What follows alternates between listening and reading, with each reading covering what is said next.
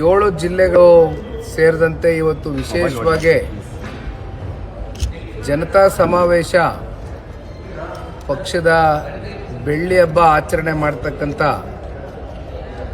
ಕಾರ್ಯಕ್ರಮ ಈಗಾಗಲೇ ಒಂದು ಕಡೆ ಹಾಸನ್ನಲ್ಲಿ ಬಹಳ ಯಶಸ್ವಿಯಾಗಿ ನೆರವೇರಿದೆ. ಇವತ್ತು ವಿಜಯಪುರ ಜಿಲ್ಲೆ, ಬಾಗಲಕೋಟೆ ಸೇರಿದಂತೆ ಮತ್ತೆ 5 ಜಿಲ್ಲೆಗಳಿಂದ ಬೃಹತ್ ಸಂಖ್ಯೆಯಲ್ಲಿ ಪಕ್ಷದ ಅಭಿಮಾನಿಗಳು, ಕಾರ್ಯಕರ್ತರು, ಜೊತೆಯಲ್ಲಿ 7 ಜಿಲ್ಲೆಯಿಂದನೂ ಕೂಡ ಬಹಳ ದೊಡ್ಡ ಮಟ್ಟದಲ್ಲಿ ಇವತ್ತು ಪಕ್ಷದ ವರಿಷ್ಠರು, ಮಾಜಿ ಪ್ರಧಾನಮಂತ್ರಿಗಳು ಸನ್ಮಾನ್ಯ ದೇವೇಗೌಡರು ಸಾಹೇಬರು ಹಾಗೂ ಪಕ್ಷದ ರಾಜ್ಯಾಧ್ಯಕ್ಷರು, ಕೇಂದ್ರದ ಸಚಿವರು ಮಾನ್ಯ ಕುಮಾರಣ್ಣ ಅವ್ರನ್ನ ಪ್ರೀತಿಸ್ತಕ್ಕಂಥ ಜನ ಇವತ್ತು ಅಪಾರ ಸಂಖ್ಯೆಯಲ್ಲಿ ಸೇರಿ ಇವತ್ತಿನ ಈ ಕಾರ್ಯಕ್ರಮವನ್ನು ಯಶಸ್ವಿಗೊಳಿಸಬೇಕು ಅಂತಕ್ಕಂಥ ನಿಟ್ಟಿನಲ್ಲಿ ವಿಶೇಷವಾಗಿ ವಿಜಯಪುರ ಜಿಲ್ಲೆ, ಬಾಗಲಕೋಟೆ ಸೇರಿದಂತೆ ಇಲ್ಲಿರ್ತಕ್ಕಂಥ ಸ್ಥಳೀಯ ನಾಯಕರುಗಳು, ಮುಖಂಡರುಗಳು, ಕಾರ್ಯಕರ್ತರುಗಳು ಹಲವಾರು ದಿನಗಳಿಂದ ಶ್ರಮಪಟ್ಟು ಇವತ್ತು ಭಾಳ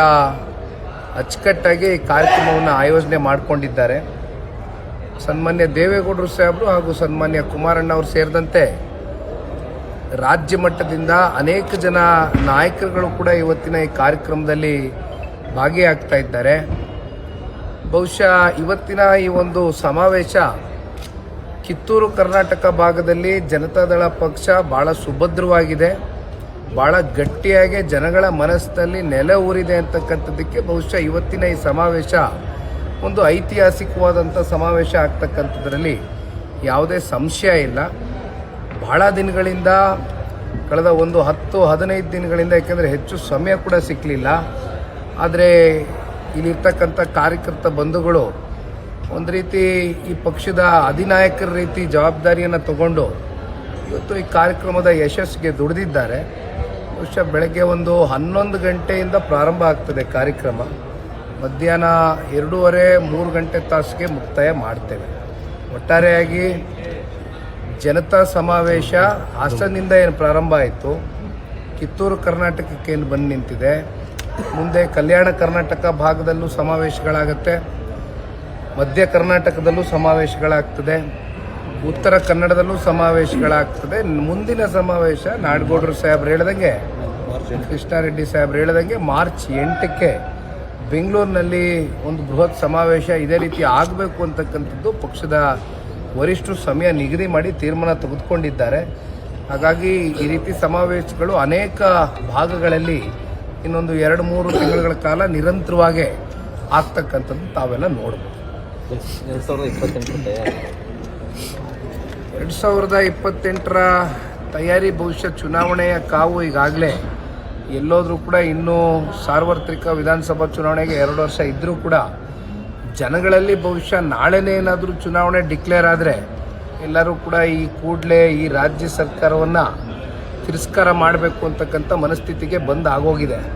ಬಹುಶಃ ಅದಕ್ಕೆ ನಾನು ಕೂಡ ಒಬ್ಬ ಸಾಕ್ಷಿ ಇದ್ದೇನೆ. 9,000 ಕಿಲೋಮೀಟ್ರು ಮೊದಲನೇ ಹಂತದಲ್ಲಿ 54 ಕ್ಷೇತ್ರ ಏನು ಓಡಾಡ್ಕೊಂಡು ಬಂದಿದ್ದೇನೆ. 2ನೇ ಹಂತ ಮತ್ತೆ ಚಾಲನೆ ಕೊಟ್ಟಿದ್ದೇವೆ ಪಕ್ಷ ಸಂಘಟನೆ ದೃಷ್ಟಿಯಿಂದ. ಈಗಾಗಲೇ ಈ ರಾಜ್ಯ ಸರ್ಕಾರದ ಜನವಿರೋಧಿ ನೀತಿಗಳಿರ್ಬೋದು, ಜೊತೆಯಲ್ಲಿ ರಾಜ್ಯವನ್ನು ಅತಿ ಹೆಚ್ಚು ಸಾಲದ ಹೊರೆಗೆ ತೆಗೆದುಕೊಂಡು ಹೋಗ್ತಕ್ಕಂಥದ್ರಲ್ಲಿ ಬಹುಶಃ ಇವತ್ತು ಈ ರಾಜ್ಯ ಸರ್ಕಾರದ ಪಾತ್ರ ಹೆಚ್ಚಿದೆ. ಜೊತೆಯಲ್ಲಿ ನಿಮಗೆ ಭ್ರಷ್ಟಾಚಾರ, ಬೆಲೆ ಏರಿಕೆ, ಇತ್ತೀಚಿನ ದಿನಗಳಲ್ಲಿ ಧಾರವಾಡದಲ್ಲಿ ಏನಾಗಿದೆ ನಾವೆಲ್ಲರೂ ಕೂಡ ನೋಡ್ತಾ ಇದ್ದೇವೆ. ಯುವ ಸಮುದಾಯ ಎಲ್ಲೋ ಒಂದು ಕಡೆ ಉದ್ಯೋಗದಲ್ಲಿ ವಂಚಿತರಾಗಿ ಇವತ್ತು ಸರ್ಕಾರಿ ಏನೊಂದು ಕೆಲಸಗಳು ಭರ್ತಿ ಆಗಬೇಕಾಗಿತ್ತು, 2,85,000 ಸರ್ಕಾರಿ ಹುದ್ದೆಗಳು ಭರ್ತಿ ಆಗದೇ ಇರತಕ್ಕಂಥ ಹಿನ್ನೆಲೆಯಲ್ಲಿ ಸರ್ಕಾರವೇ ಬಹುಶಃ ಹೋದ ವರ್ಷದ ಮಾನ್ಯ ಮುಖ್ಯಮಂತ್ರಿಗಳ ಟ್ವೀಟನ್ನು ಮೊನ್ನೆ ಕೂಡ ಬಹಳ ಕಡೆ ಹರಿದಾಡ್ತು. ಮಾನ್ಯ ಮುಖ್ಯಮಂತ್ರಿಗಳು 2,85,000 ಜನ ಇವತ್ತು ಉದ್ಯೋಗವನ್ನು ಸೃಷ್ಟಿ ಮಾಡ್ತೇವೆ, ಯುವಕರಿಗೆ ಅವಕಾಶ ಮಾಡ್ತೇವೆ ಅಂತಕ್ಕಂಥದ್ದನ್ನ ಸರ್ಕಾರಿ ಹುದ್ದೆಗಳಲ್ಲಿ ಏನು ಅವಕಾಶ ಮಾಡ್ತೀವಿ ಅಂತ ಹೇಳಿದರು. ಆದರೆ ಕೊಟ್ಟ ಮಾತನ್ನು ಯಾವುದರಲ್ಲೂ ಕೂಡ ಉಳಿಸ್ಕೊಳ್ಳದೆ ಹೋಗಿರ್ತಕ್ಕಂಥ ಈ ಸರ್ಕಾರವನ್ನು ಸಂಪೂರ್ಣವಾಗಿ ತಿರಸ್ಕಾರ ಮಾಡಬೇಕು ಅಂತಕ್ಕಂಥ ಒಂದು ಮನಸ್ಥಿತಿಯಲ್ಲಿ ಕನ್ನಡಿಗರು ಬಂದಂತಿದೆ. ಬಹುಶಃ ಈ ವರ್ಷ ನಾವೆಲ್ಲರೂ ಕೂಡ ಸ್ಥಳೀಯ ಚುನಾವಣೆಗಳನ್ನ ಎದುರು ನೋಡ್ತಾ ಇದ್ದೇವೆ. ZP TP ಗ್ರಾಮ ಪಂಚಾಯತಿ ಸೇರಿದಂತೆ ನಗರಸಭೆ ಪುರಸಭೆ ಯಾವುದೇ ಚುನಾವಣೆಗಳಲ್ಲೂ ಕೂಡ ಪಕ್ಷದ ಕಾರ್ಯಕರ್ತರು MP MLA ಚುನಾವಣೆಗಳಿಗೆ ನಮಗೆ ಭಾಳ ಗಟ್ಟಿ ನಿಲುವಿಂದ ದುಡಿದಿದ್ದಾರೆ. ಅಂಥವ್ರನ್ನ ಗುರುತಿಸಿ ಏನಾದರೂ ಸರ್ಕಾರ ಗೊತ್ತಿಲ್ಲ, ಯಾಕೆಂದರೆ GBA ಚುನಾವಣೆ ನಡೀತಕ್ಕಂಥದ್ದಕ್ಕೂ ಸರ್ಕಾರ ಅದನ್ನು ನಡೆಸ್ತಕ್ಕಂಥದ್ದಕ್ಕೆ ಯಾವುದೇ ರೀತಿ ಮನಸ್ಸು ಮಾಡಿರಲಿಲ್ಲ. ಸುಪ್ರೀಂ ಕೋರ್ಟ್ ಕದ ತಟ್ಟದ ಮೇಲೆ ಅಲ್ಲಿಂದ ಬಂದಂಥ ಡೈರೆಕ್ಷನ್ಸ್ಗೆ ಈಗ ಕೊನೆಗೆ ಸರ್ಕಾರ ಬೆಂಗಳೂರು ನಗರದಲ್ಲಿ ಪಾಲಿಕೆ ಚುನಾವಣೆಗಳನ್ನ ಮಾಡಲೇಬೇಕಾದಂಥ ಪರಿಸ್ಥಿತಿಗೆ ಬಹುಶಃ ಜೂನ್ ತಿಂಗಳಲ್ಲಿ ಕಂಡಕ್ಟ್ ಆಗುತ್ತೆ. ZP TP ಚುನಾವಣೆಗಳಲ್ಲೂ ಕೂಡ ಇನ್ನೂ ರಾಜ್ಯ ಸರ್ಕಾರ ಏನು ಮನಸ್ಸು ಮಾಡಿದೆ ಅಂತ ನಮಗೆ ಗೊತ್ತಿಲ್ಲ. ಅದು ಮತ್ತೆ ಕೋರ್ಟ್ಗೆ ಹೋಗಿ ಕೋರ್ಟ್ ಕಡೆಯಿಂದ ಡೈರೆಕ್ಷನ್ಸ್ ಬಂದು ಕೋರ್ಟ್ ಚೀಮಾರಿ ಹಾಕಿ ನೀವು ಚುನಾವಣೆ ಕಂಡಕ್ಟ್ ಮಾಡಲೇಬೇಕು ಅಂದಮೇಲೆ ಬಹುಶಃ ಅದು ಕೂಡ ನಾವು ಎದುರು ನೋಡ್ಬೋದು ಅಂತಕ್ಕಂಥ ದೃಷ್ಟಿಯಿಂದ ಪಕ್ಷ ಸಂಘಟನೆ ಮಾಡ್ತಾ ಇದ್ದೇವೆ.